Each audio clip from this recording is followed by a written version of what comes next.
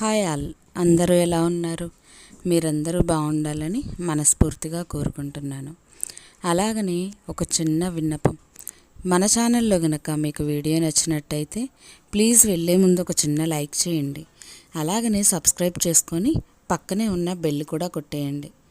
అప్పుడే నేను చేసే వీడియో నోటిఫికేషన్స్ అన్నీ కూడా మీ దాకా వస్తాయి, మీరు వెంటనే చూడొచ్చు.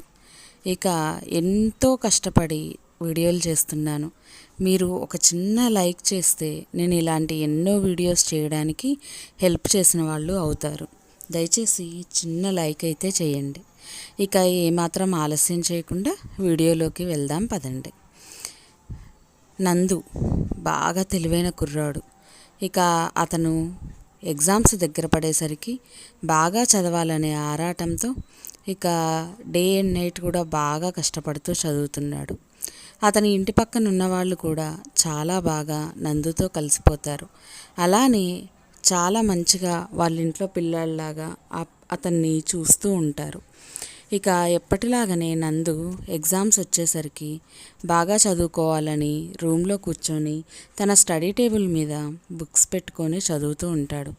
కానీ ఈసారి ఎందుకో నందుకి బాగా నిద్ర వస్తుంది. సరే నిద్ర వస్తుంది కదా అని కాఫీనో టీనో అడుగుదామంటే వాళ్ళ ఇద్దరు పేరెంట్స్ కూడా ఊరు వెళ్తారు. అలా ఊరు వెళ్ళేసరికి నందు ఒక్కడే ఇంట్లో ఉండిపోతాడు. ఇంకా సరే నేనైనా టీ పెట్టుకుందామని కిచెన్లోకి వెళ్తాడు నందు. అలా వెళ్ళి తను టీ పెట్టుకునేటప్పుడు ఏవో గట్టిగా శబ్దాలు వినిపిస్తాయి నందుకి. అలా వినిపించేసరికి ఎప్పుడూ లేని విధంగా ఇంత గట్టిగా శబ్దాలు వినిపిస్తున్నాయేంటి, అది కూడా ఇంటి పక్కనున్న వాళ్ళ సౌండ్స్ లాగా అనిపించింది. వాళ్ళు గట్టిగా అరిచినట్టుగా వినిపించింది. ఇక అరుపులు విన్న నందు కిటికీలోంచి బయటికి చూశాడు. కానీ బయట ఎటువంటి ఆనవాళ్ళు కానీ ఎవరూ కానీ కనిపించలేదు నందుకి. ఇక సరే అని టీ పెట్టుకొని తాగుతున్నాడు. అలా తాగేటప్పుడు మళ్ళీ కూడా అరుపులు వినిపిస్తాయి. అలా వినిపించేసరికి నందు హాల్లోకి వచ్చి టైం చూస్తాడు. అది అర్ధరాత్రి సుమారు 12 గంటల నుంచి 1 గంట ప్రాంతం మధ్యలో ఉంటుంది. ఇక అలాగ చూసిన నందు ఇంకొక గంట సేపు చదువుకొని పడుకుందాం అనుకుంటాడు. కానీ ఇంకొకసారి కూడా ఆ శబ్దాలు వినిపిస్తూ ఉంటాయి. ఇక ఎక్కడో పైనుంచి శబ్దాలు వినిపిస్తున్నట్టుగా నందుకి అనిపిస్తుంది. ఇక లాభం లేదని పైకెక్కుతాడు నందు. టీ కప్పు అక్కడ పక్కన పెట్టి పై ఫ్లోర్కి ఎక్కుతాడు. అలా పైకెక్కిన నందు పక్క బిల్డింగ్ వైపు చూస్తాడు. ఎందుకంటే సౌండ్స్ అన్నీ కూడా అటువైపు నుంచే వస్తూ ఉంటాయి. అలా చిమ్మ చీకట్లో అంతలా అరుపులు ఎటువైపు నుంచి వస్తున్నాయో కనుక్కోవడం పెద్ద కష్టమేమీ కాదు. ఎందుకంటే ఎవ్వరూ మెలకువ ఉండరు, ఎటువంటి సౌండ్ డిస్టర్బెన్సెస్ కూడా ఉండవు. కాబట్టి ఈజీగా ఆ అరుపులు ఎక్కడి నుంచి వస్తున్నాయో ఫైండ్ అవుట్ చేయొచ్చు. అలానే నందు కూడా ఆ అరుపులు పక్కింటి వైపు నుంచి రావడం గమనించి ఆ ఇంటి వైపుకి చూస్తాడు. అలా గోడ దగ్గరికి వెళ్ళి తొంగి చూసిన నందు చాలా భయపడిపోతాడు ఒక్కసారిగా. ఇక అలానే నివ్వెరపోయి చూస్తూ ఉంటాడు. ఎందుకంటే పైనుంచి గబ్బిలాలు ఆ అపార్ట్మెంట్ పైభాగంలో నిండిపోయి ఉంటాయి. ఇంకా అలాగా ఎందుకిన్ని ఉన్నాయి అని తొంగి చూస్తే అక్కడ ఒక అస్థిపంజరం కనిపిస్తూ ఉంటుంది. అలా ఎప్పుడూ లేని విధంగా అస్థిపంజరం కనిపించేసరికి అలానే ఆ గబ్బిలాల అరుపులు కూడా వినేసరికి నందు బాగా భయపడిపోతాడు. ఇక అతనికి చాలా భయం వేస్తుంది. చాలా ఆశ్చర్యపోయి ఇక అక్కడ ఏమీ చేయలేని పరిస్థితుల్లో అడుగు కూడా వేయలేక కింద కూర్చుండిపోతాడు భయంతో. అలా దాక్కొని ఉంటాడు నందు గోడ దగ్గర. కానీ వెనక్కి వెళ్ళాలి కదా, వెనక్కి వెళ్ళాలన్నా లేచి వెళ్ళాలి. అలానే ముందుకు చూద్దామన్నా ధైర్యం సరిపోవడం లేదు. ఎప్పుడూ చూడని విధంగా అన్ని గబ్బిలాలు అలానే అస్థిపంజరం కనిపించేసరికి నందుకి భయంతో ఏం చేయాలో అర్థం కాదు. ఇక కొద్దిసేపు భయం తర్వాత ధైర్యం తెచ్చుకొని లేచి నిలబడి మళ్ళీ కూడా అటువైపే చూస్తాడు. ఈసారి గబ్బిలాల సంఖ్య తగ్గుతుంది. అలానే కొద్దిగా ప్రదేశం కూడా అక్కడ కనిపిస్తూ ఉంటుంది. ఎందుకంటే గబ్బిలాల సంఖ్య తగ్గేసరికి ఆ ఫ్లోర్ అనేది నీట్గా కనిపిస్తూ ఉంటుంది. ఇక అదే అస్థిపంజరం ఇందాకట్లాగానే ఉంటుంది. కానీ ఈసారి నందు చూసేసరికి ఒక్కసారిగా అస్థిపంజరం నందు వైపుకి తిరిగి చూస్తున్నట్టుగా అనిపిస్తుంది. ఒకేసారి నందు చూస్తుండగానే అస్థిపంజరం ఇటువైపు తిరిగి చూసేసరికి ఒక్కసారిగా భయంతో చేతిలో ఉన్న కప్పుని కూడా కింద పడేసి పరిగెత్తుకుంటూ తన రూమ్లోకి వెళ్ళిపోతాడు. అలా వెళ్ళిపోయి ఆ రూమ్ తలుపులు వేసేసుకుంటాడు. అలా వేసుకున్న నందుకి మళ్ళీ ఆ గబ్బిలాల అరుపులు వినిపిస్తూ ఉంటాయి. ఈసారి తన కిటికీ ఓపెన్ చేసి అందులోంచి చూద్దాం అనుకుంటాడు. కానీ నందుకి ఏమాత్రం ధైర్యం సరిపోదు. ఎందుకంటే పైన మొదట్లో కనిపించిన ఒక్క అస్థిపంజరం తర్వాత మళ్ళీ చూసినప్పుడు అస్థిపంజరం అతని వైపు తిరగడం ఇంకా భయం వేసింది నందుకి. ఇక ఈసారి కిటికీ ఓపెన్ చేయడానికి కూడా ధైర్యం సరిపోవడం లేదు.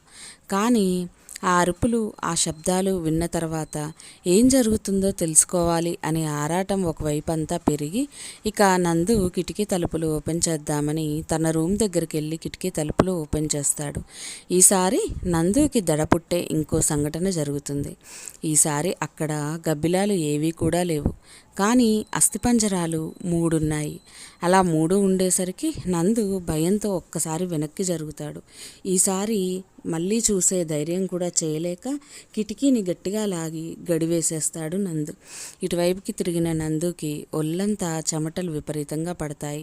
అలానే గుండెదడ కూడా బాగా ఎక్కువగా ఉంటుంది. ఒళ్ళంతా కంపించిపోయినట్టుగా అనిపిస్తుంది. అలాగనే చాలా భయపడుతూ ఇక ఈ ఇంట్లో ఉండడం మంచిది కాదు, ఇలా ఇక్కడే ఉంటే నాకు భయం పెరిగిపోతుంది. ఇందాక 1 కనిపించింది కాస్త ఇప్పుడు 3 అయ్యాయి. అవి నా దగ్గరికి రాకముందే నేను వెళ్ళి పక్కింట్లో వేరే వాళ్ళ సహాయం తీసుకోవాలి అని అనుకుంటూ ఉంటాడు. ఇక అన్నదే తడువుగా ఇంటి నుంచి బయటికి వచ్చేస్తాడు నందు. అలా పక్కింటికి వెళ్దామని అక్కడ తలుపు కొట్టి పిలుద్దామని కిందికి వచ్చి పక్కింటి వైపు నడుస్తూ ఉంటాడు. ఇక నందు అలా నడిచేటప్పుడు అక్కడ ఉన్న దూరంగా ఎవరో ఒక ఆవిడ రోడ్డు మీద ఒక కుర్చీ వేసుకొని కూర్చున్నట్టుగా కనిపిస్తూ ఉంటుంది. ఆమె ఆడమనిషే కానీ స్పష్టంగా నందుకి మొహం కనపడదు. ఎందుకంటే వీధి దీపాల వెలుగులో కూడా ఆమె మొహం కనిపించకుండా మొహం మీద జుట్టంతా కప్పబడి ఉంటుంది. ఈ సమయంలో అర్ధరాత్రి పూట బయట కుర్చీ వేసుకొని అలా జుట్టు విరపోసుకొని కూర్చున్న వాళ్ళు ఎవరు అని అనుకుంటూ ఇక ఆమెను చూస్తే ఒక రకమైన భయం కూడా కలిగి ఇంకా ఫాస్ట్గా పక్కింటి వైపుకు వెళ్తూ ఉంటాడు ఆమెని చూస్తూ.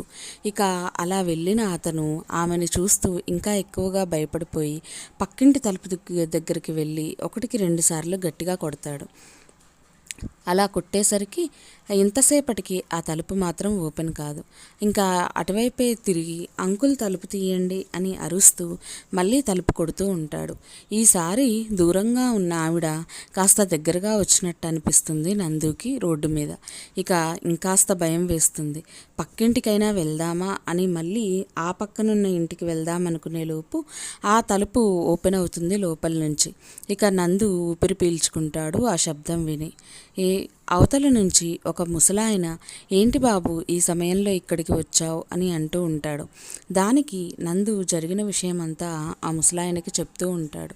ఇక చెప్పిన తర్వాత ఆ ముసలాయన నందుని చూసి నువ్వు చాలా భయపడిపోయినట్టున్నావయ్యా, నువ్వు కూర్చో, నీకు మంచినీళ్ళు తీసుకొని వస్తాను, తాగిన తర్వాత ఇద్దరం వెళ్ళి అక్కడ చూసొద్దాం ఏం జరుగుతుందో అని చెప్తాడు ఆ పెద్ద ఆయన. ఇంకా ఈసారి సరే అని నందు అక్కడే కూర్చుండిపోతాడు. కొద్దిసేపు అయిన తర్వాత కూడా ఆ ముసలాయన ఎంతసేపటికి అక్కడికి రాకపోయేసరికి ఆయన లోపలికి వెళ్ళి ఇంతసేపు అయింది ఎందుకు రాలేదా అని నందు లోపల రూమ్ వైపుకి నడుచుకుంటూ వెళ్తాడు. అక్కడ నందుకి ఎవరూ కనిపించరు. ఇక ఇల్లు మొత్తం తిరుగుతాడు కానీ ఎవరూ కనిపించరు. ఇక హాల్లోకి వచ్చిన నందు ఏమీ చేయలేక కుర్చీలో కూర్చొని చుట్టూ గమనిస్తూ చూస్తూ ఉంటాడు. అలా చూసేసరికి గోడ మీద ఆ పెద్దాయన ఫోటోకి దండ వేసి ఉంటుంది. అలా దండ వేయడం చనిపోయిన వాళ్ళకి మాత్రమే వేస్తారని తెలిసిన నందు ఇంకాస్త భయపడిపోతాడు. ఇప్పటిదాకా మరి నాతో మాట్లాడిన మనిషి బతికి ఉన్న మనిషి కాదా, చనిపోయిన మనిషా? ఇంతసేపు ఆయనతో నేను మాట్లాడానా? ఇక ఈ విషయం తెలుసుకున్న నందుకి 1 నిమిషం అక్కడ ఉండలేకపోయాడు. ఊపిరాడనంత వేగంగా నందు బయటికి పరిగెత్తాలని చూశాడు. ఇక బయటికి వచ్చి చూసేసరికి ఆ పెద్ద ఆవిడ ఎంతో దూరంగా ఉన్న ఆవిడ ఇంకాస్త దగ్గరగా వస్తున్నట్టు అనిపిస్తుంది. ఇక భయంతో మళ్ళీ పరుగు పెడతాడు నందు. ఈసారి దగ్గరిల్లు కాకుండా ఇంకాస్త దూరంగా ఒక వీధి దాటి అక్కడ ఉన్న ఒక ఇంటి దగ్గరికి వెళ్తాడు నందు. ఆ ముసలావిడ వెనక్కి తిరిగి చూస్తున్నా కొద్దీ నందుకి దగ్గరగా వస్తున్నట్టే ఉంటుంది కానీ దూరంగా ఉన్నట్టు మాత్రం నందుకి కనిపించదు. ఇక ఎవ్వరూ ఏమీ మాట్లాడరు, ఎక్కడా కూడా శబ్దాలు ఉండవు. ఇక అది చిమ్మ చీకటి. అలానే అంత నిశ్శబ్దంగా ఉండడం నందుకి భయం కాస్త కాస్త కాస్త కాస్త ఎక్కువగా పెరిగిపోతూ ఉంది. ఇక అలా అవతల పక్క వీధిలోకి వెళ్ళిన నందు ఒక ఇల్లు చూసి ఆ ఇంటి తలుపులు కొడుతూ ఉంటాడు. అలా కొడుతూ ఉన్నా సరే ఎవ్వరూ తీయరు తలుపులు. అంత అర్ధరాత్రి కావడం వల్ల నందు ఎంత గట్టిగా అరిచినా అందరూ నిద్రలో ఉండడం వల్ల మెలకువ రాదు. అలానే నందు అరుపులు కూడా ఎవరికి వినిపించవు. ఈసారి ఆ పెద్ద ఆవిడ చాలా దగ్గరికి రాబోతూ ఉంటుంది. ఆమె జుట్టంతా ముందుకు వేసుకొని నల్లని కురులతోటి తెల్లటి చీరతోటి అలా ముందుకొస్తుంటే నందుకి హార్ట్ బీట్ పెరుగుతూ ఉంటుంది భయంతో. ఎక్కడికన్నా వెళ్దామన్నా ఎవరింటికి వెళ్ళినా ఇదే పరిస్థితి. తిరిగి తన ఇంటికి కూడా తాను వెళ్ళలేడు. ఈ ఆపత్కర పరిస్థితుల్లో నన్ను ఎవరైనా కాపాడే వాళ్ళు ఉంటే బాగుండు అని అనుకుంటూ ఉంటాడు. ఇక అక్కడ అతను ఇంతసేపు కొట్టిన తలుపు మళ్ళీ తెరుస్తారు ఎవరు. అలా తెరిచేసరికి ఆ దగ్గరగా వచ్చిన ముసలావిడ కొంచెం వెనక్కి జరిగి వెనక్కి వెళ్ళినట్టుగా అనిపిస్తుంది నందుకి. ఇక నందుకి కాస్త చూసిన తర్వాత కొద్దిగా భయం తగ్గుతుంది. ఇక లోపల నుంచి ఎవరో ఒక పెద్ద ఆవిడ బయటికి వచ్చి, నువ్వేంటి బాబు ఈ సమయంలో వచ్చావు అని తెలిసినట్టుగా అడుగుతూ ఉంటుంది. దానికి నందు ఎక్కువగా ఆశ్చర్యపోయి, నేను పక్క వీధిలో ఉంటానంటీ, నేను మీకు ఎలా తెలుసు ఇలా అడిగారు అంటే, నిన్ను రోజు నేను చూస్తూనే ఉంటాను కాలేజీకి వెళ్ళేటప్పుడు, అలానే మీ అమ్మ నాన్నకి నేను పరిచయమే కాబట్టి నాకు నువ్వెవరో తెలుసు కానీ నీకు మాత్రం నేనెవరో తెలియదు. సరే ఆ విషయం పక్కన పెట్టు, ఈ సమయంలో ఇంత అర్ధరాత్రి పూట ఇలా ఎందుకు వచ్చావు అని అంటూ ఉంటే, ఇక నందు జరిగిన విషయం చెప్తే ఆమె ఎలా రియాక్ట్ అవుతుందో తెలియదు కానీ జరిగిన విషయం మొత్తం ఆమెకు పూసగుచ్చినట్టు చెప్తాడు. అది విన్న ఆ ముసలావిడ భర్త లోపల నుంచి బయటికి వచ్చి, అయ్యో నీకు అస్థిపంజరాలు ఎలా కనిపించాయి నాన్న, వాళ్ళు ఇందాకే ఒక రోడ్డు ప్రమాదంలో భర్త భార్య అలానే వాళ్ళ కొడుకు ముగ్గురు కూడా ఆకస్మిక ప్రమాదంలో చనిపోయారు అని న్యూస్ ఛానల్లో వచ్చింది. ఇక వాళ్ళకి సంబంధించిన బంధువులకి కూడా ఇందాకే నేను ఫోన్ చేశాను. వాళ్ళకి మార్చురీ అలాంటి ప్రాసెస్లన్నీ కూడా బంధువులు వచ్చాకనే చేస్తామన్నారు. కానీ నీకు అప్పుడే డాబా మీద 3 అస్థిపంజరాలు ఎలా కనిపించాయి? ఇదంతా నువ్వు చెప్తుంటే వినడానికి కూడా నమ్మశక్యంగా లేదు అని అంటూ ఉంటాడు ఆ పెద్దాయన. ఇక ఆ మాటలకి ఆశ్చర్యపోయిన నందు, ఇదేంటి ఇలా జరుగుతుంది? అయితే మాకు తెలిసిన ఆ ఆంటీ అంకుల్ వాళ్ళు చనిపోవడం వల్ల ఆత్మలుగా మారి ఇలా కనిపించారా ఆ ఇంటిపైన నాకు అని అనుకుంటూ ఉంటాడు. ఇక ఆ పెద్దాయన, సరే వాళ్ళకి తెలిసిన వాళ్ళు దగ్గరలోనే ఉన్నారు, వాళ్ళకి ఇంటికి వెళ్ళి చెప్పొద్దామని నేను కూడా అనుకుంటున్నాను. నీకు నమ్మబుద్ధి కాకపోతే నాతో పాటు రా, ఇద్దరం కారులో వెళ్దాం, వెళ్ళి వాళ్ళ బంధువులకి ఆ విషయం చెప్పి తిరిగి మళ్ళీ మా ఇంటికే వద్దాం. మీ అమ్మా నాన్న ఇంట్లో లేరని అన్నావు కదా, కాబట్టి ఈరోజు ఇక్కడే నిద్రపో, రేపు ఉదయం మీ అమ్మా నాన్న వచ్చాక మీ ఇంటికి వెళ్దువు కానీ, అసలే భయపడుతున్నావు కదా, నిన్నేమీ ఇబ్బంది పెట్టట్లేను, నీకు ఇష్టమైతేనే రా, లేకపోతే లేదు అని చెబుతూ ఉంటాడు ఆ పెద్ద ఆయన. ఇక ఇంతసేపు అన్నిళ్ళు చూసిన తర్వాత అలాంటి పరిస్థితి చూసిన తర్వాత ఇంట్లో ఉండాలన్నా భయంగానే ఉంది నందుకి. ఇక ఆ పెద్ద ఆయనతోటి, లేదంకుల్ నేను మీతో పాటే వస్తాను అని అంటూ ఉంటాడు. ఇక వాళ్ళిద్దరూ కూడా బయటికి వచ్చి కారు ఎక్కి అందులోంచి బయలుదేరుతారు. ఇక నందు మాత్రం మళ్ళీ తన మనసు వెనక్కి తిరిగి చూడమని చెప్తున్నా ఆ ఆరాటం ఆపుకోలేక మళ్ళీ వెనక్కి తిరిగి చూస్తాడు.